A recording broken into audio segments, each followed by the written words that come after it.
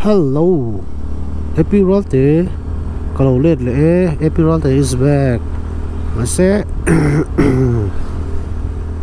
kan chân trên xe té, chân trên bu kan xe té, kan ngày thác rong té, WhatsApp message kan đón té hi thu lom atlem me mà tụi lại chú,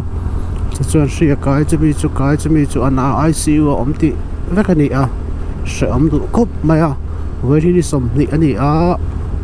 April ni som ni ani a total lockdown chu ani chi lawa SOP kha soiwak po ngai lawa kan share vak kin karinga hei re khop maya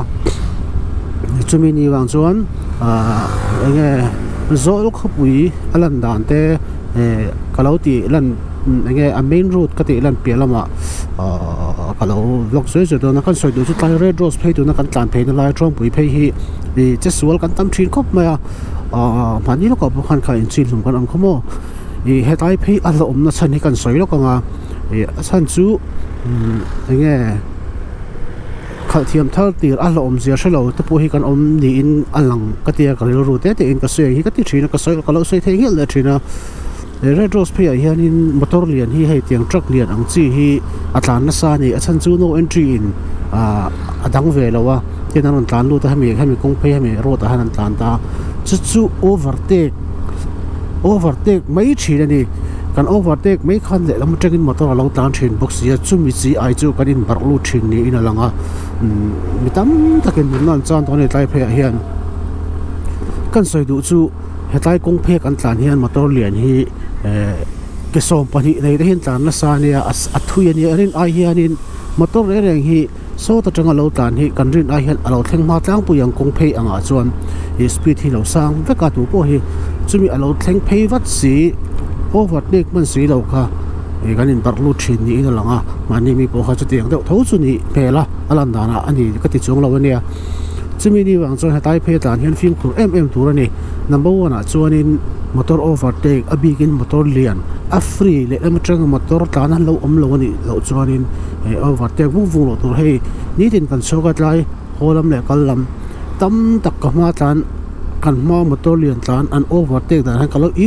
choi ve thir ni an hu hi ka ti lutuk kangam mi alo ang chi hi me chi te pon ni tho hemi scooter khal ho te atang puin ye ho hi an hu ni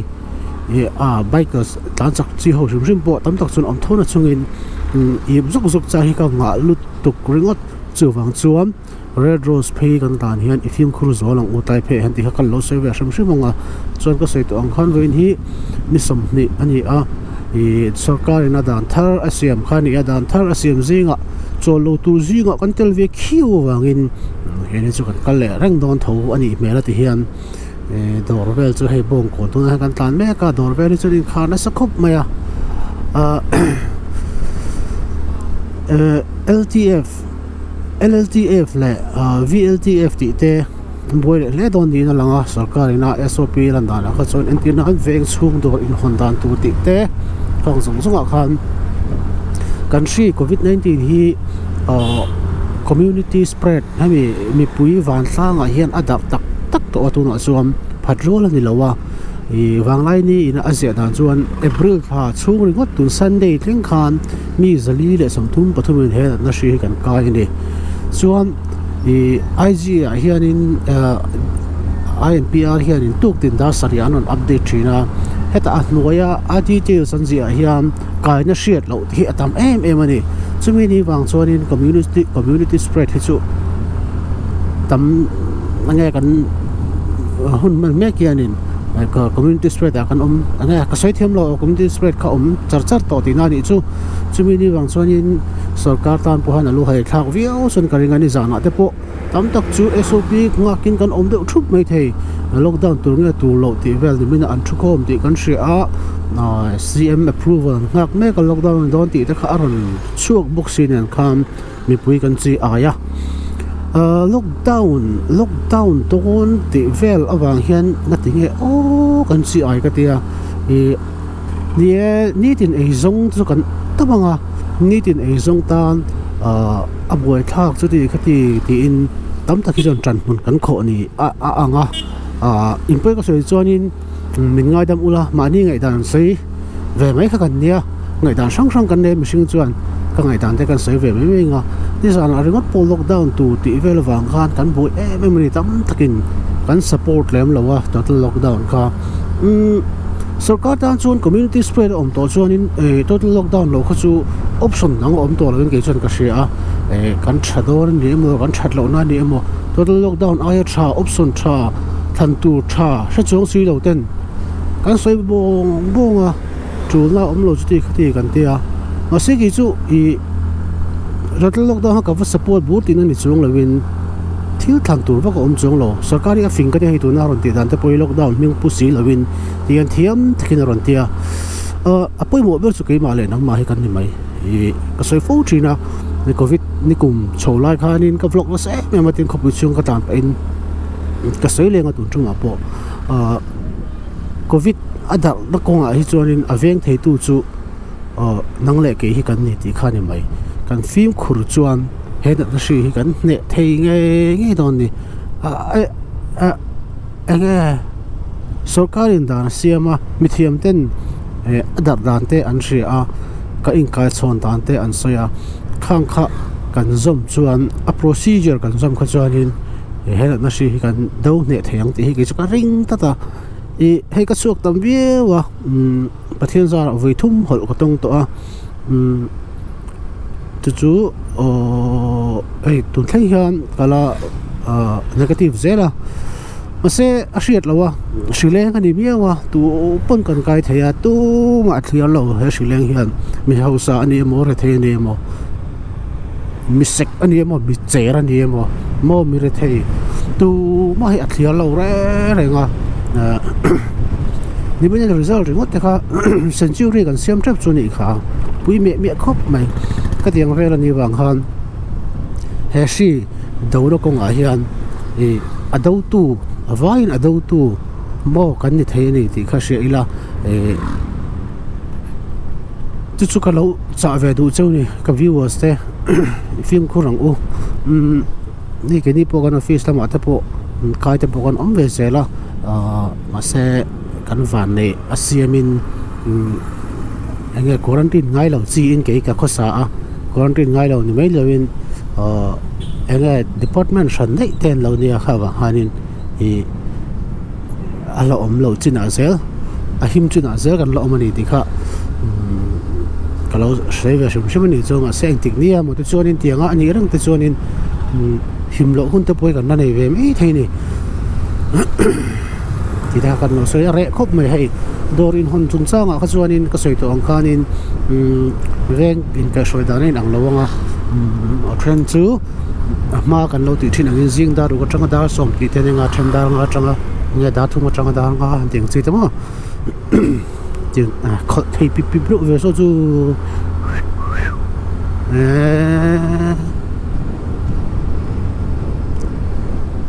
ผู้เจ้าสปอยขานี่ไงเอาดอนแล้วไอ้สำนีปลุกทั้งไอ้หูดอนเรานี่ข้างเวลขานี่ทินไรจุงจ้างกันสวยแล้วก็งาลงไรจีอังคาในนี่สำนีปลุกทั้งที่จุกตีเรากระริงกระสวงอันบีกระริงเราจนสุดที่ชับไปร้านนี่เลี้ยมเราเฮ้ยไลฟ์เฟล็กเซนที่เองไงเสียเลยเส้นเลวาร์แล้วใส่ชุดสมองไรจุงจ้างเขาก็ใส่ขันนี่ไรที่จีวักตัวหรอกไม่ถึงสันจุนี่กลุ่มพวกเขาดินถึงกลางถึงไม่ยังกันเปิดลังตัวที่กันนิ้นจีเรียวจีไม่จุวางจวนนินตัวน่ะพอเห็นไรที่จุอินซูมเดี๋ยวจุอะไรโฉบแมวตัวที่เขากระโดดเสียงกันไรเทเลยจนวิดีโอกันนี่แล้วนี่ไหมมาเซ่มาเซ่นี่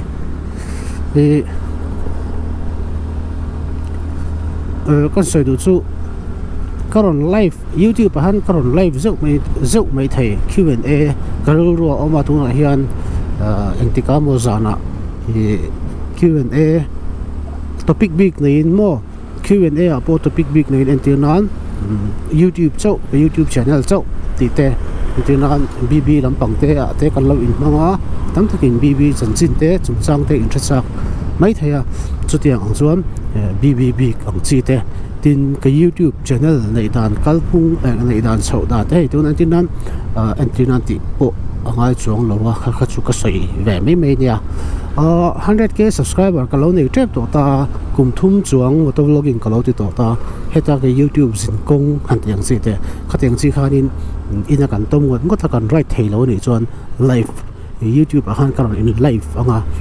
mai chana kan ti do ni chu do bara comment a in zo tem in zo ta ma se kha nga khanin enge a huna chuanin enge in zo da kal phung tu ang chi ka chu kan in shil thawanga tunan treasury kan tan me ka very rare ani top ta ri kan on pe dang tu ya motor tlem khop mai two wheeler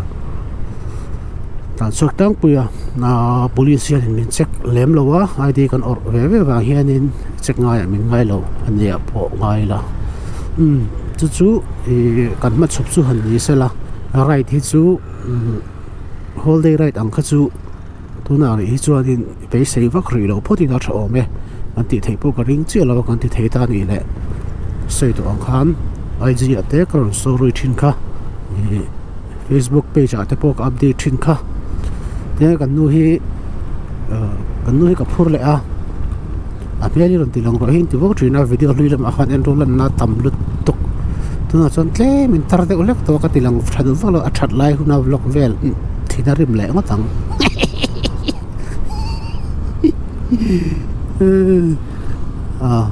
thế sự là sắc phim thôi đi có lát chặt lái sẽ có dốc tất cả này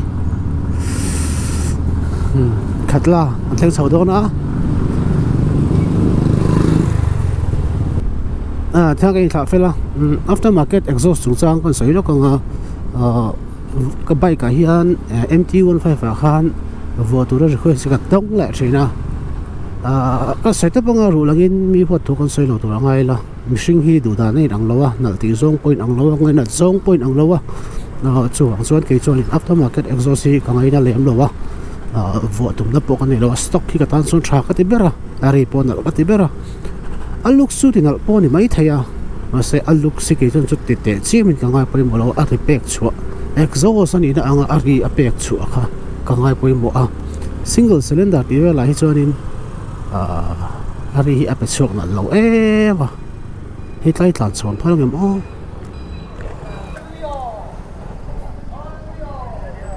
trời single cylinder thì về lại cho anh mi ta na bên chân xem tu mấy cái gì thì hi cái ngày đó nó gì à mi ta cái nan vừa bôi hi anh lúc xuân là về thâu à chứ mà sẽ ari hi ở bên chân cái tiền bù lọc một cái tàn bể rồi à chứ tiếng về cho gì à exhaust aftermarket exhaust về nó say bạn đi po bikers house in biker house Mizoram Aizol Khan min pe kan tuma kala lawa achan chu ka vo tu chon lo lak ring kha om zi om ka ti lawa ngai na lo ve tak ka ni 2 cylinder te 4 cylinder bike te so nei la ka vo ve mai thei ari apek chu anal miyo aphu to ari tu in chu pui ka ti chon single cylinder a hi chon ka nei chu chon stock ka vo don aftermarket ka chu ka vo ka ring lo cái rêu ru tay in thác thút tiền này đến bộ chuan theo cả lối chán nó chơi nhỏ xe trong thêm bốc ạ han chủ choกันlâu có chung về vlog anh tỏ mấy tuần nay ở chuan chuan có sự khán live cả anh nghe cái ngày đàn comment nào không ai tất nhiên mình lâu comment sọc là income hôn anh ít subscriber thế này là income hôn viewers thế này là income hôn anh chỉ dán là mạo mò thế nên đã quá thì cho bỏ về là khó khăn rồi sao alo in veng thau la nakina ai muzel don nya kan dam chuan pathen remati chuan bye bye take care